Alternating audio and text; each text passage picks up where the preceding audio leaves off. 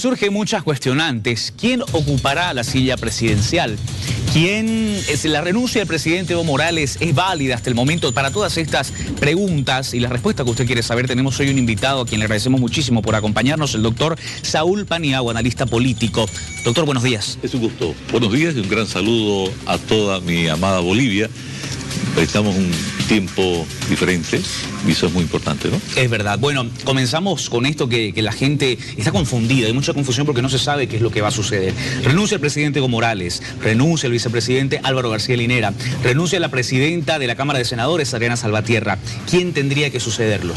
Bien, de acuerdo, analizamos el reglamento del Senado y lógicamente hay una sesión extraordinaria que se va a llamar.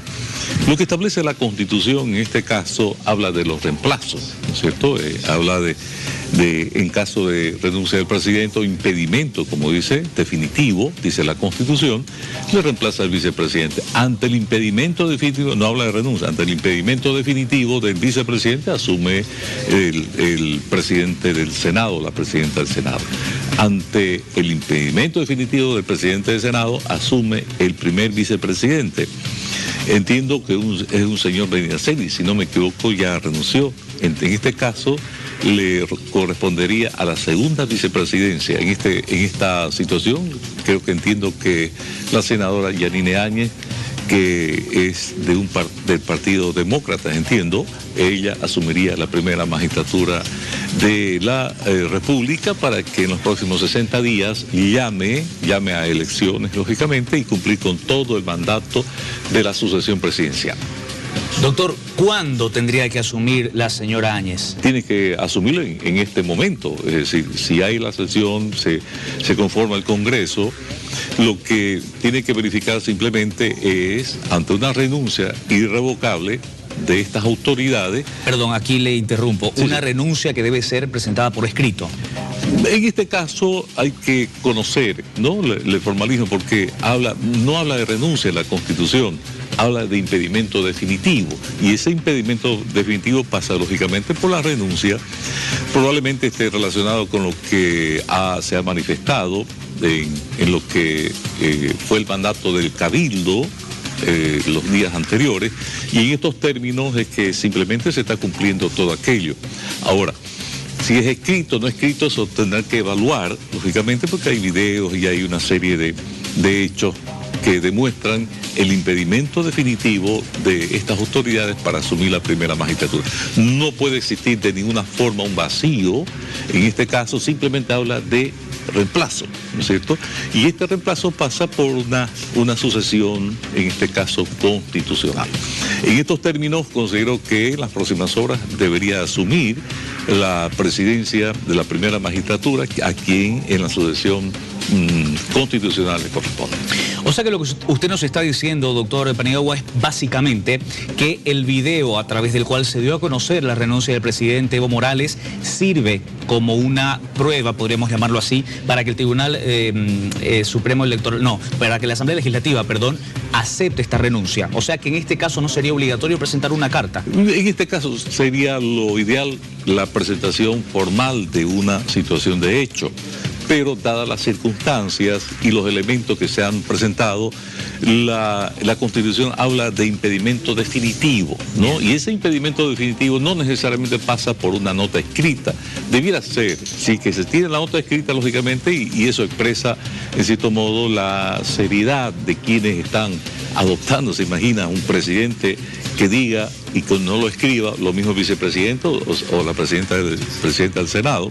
Entiendo que el presidente del Senado ha presentado una nota escrita, seguramente el primer vicepresidente también, lógicamente, y los dos se supone que... Pero no habla de renuncia, reitero, habla de impedimento definitivo. Demostrado el impedimento definitivo, simplemente se sucede procede a la sucesión constitucional como establece la Constitución. Doctor, ¿puede darse la figura que la Asamblea Legislativa no acepte la renuncia del presidente Evo Morales? Estuve observando la Constitución y desde luego el reglamento no habla de aceptar o no aceptar, simplemente verificar el impedimento definitivo y a efectos de que no exista un vacío en el mandato, ¿no es cierto? Entonces hay un mandato que está depositado por la soberanía del pueblo. El pueblo ha depositado en un mandatario. El mandatario es el primer empleado de la República. Ese empleado de la República simplemente debe cumplir el mandato de la soberanía depositada en él. Si aquel que recibió el mandato del pueblo no tiene impedimento definitivo, así se procede a la sucesión inmediata. No debería existir mayores inconvenientes. Entiendo que simplemente es verificar esta situación por las características, se imagina, de lo que está sucediendo en este momento.